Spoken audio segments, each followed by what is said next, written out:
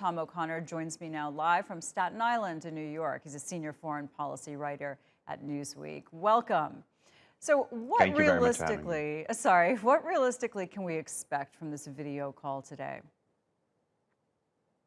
I think what we'll see is, we'll see both heads of state really sit there and really lay out their cards on the table at this point. You know, there's a strategy for deterrence of strategic ambiguity that leads up to these sort of things. But I think at this level, at this stage right now, it really would be in both men's interest to really just sit out there and say, this is what's going to happen. This is what we'll do if you do this. And I think that obviously what Biden's trying to avoid is any sort of incursion into Ukraine. And what Putin's trying to gain from this is some sort of larger agreement that NATO will not expand any more eastward, especially including Ukraine. So I think right now that's what both men are trying to get out of this meeting, and we'll see, how that sort of transpires from the readouts afterwards. Yeah, of course, highly unlikely that NATO would agree to anything, given that its actions have been in response to what Russia has been doing. But we hear the U.S. repeatedly threaten severe economic consequences. What, in your view, would this look like against Moscow?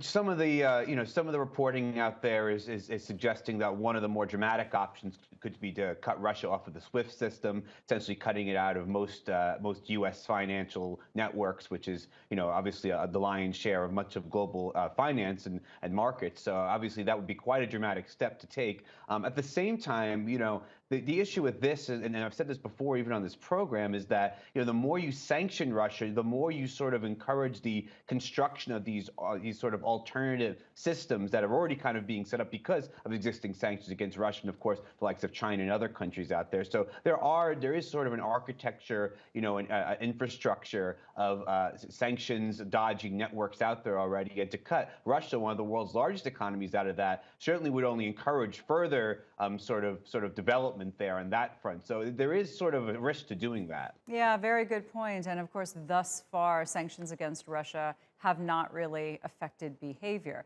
And the situation at the border is extremely disturbing to watch, not just the buildup of troops, but also all of this equipment and satellite systems. What could Putin's goal be here, if not ultimately military action? Well, certainly beyond just a regular sort of incursion into Ukraine itself, there is a hybrid warfare element here to it. And we've seen Russia use that successfully in other conflicts. I mean, Ukraine politically is not a monolith. There are parties within Ukraine that are sympathetic to Russia. And certainly any sort of instability in Ukraine itself, any sort of lack of faith in NATO, a loss of trust in the Western a sphere of influence there, could certainly work in Russia's favor. And I think that part of this military buildup and part of the messaging here is sort of what Russia's trying to gain out of this could be to sort of erode that faith into that. And then certainly you could see some sort of instability there that would be short of military action, but certainly work in Russia's favor. Yeah, I mean, and Russia has definitely been putting on a big show with all of its military training, and now this. Tom O'Connor, always great to talk to you.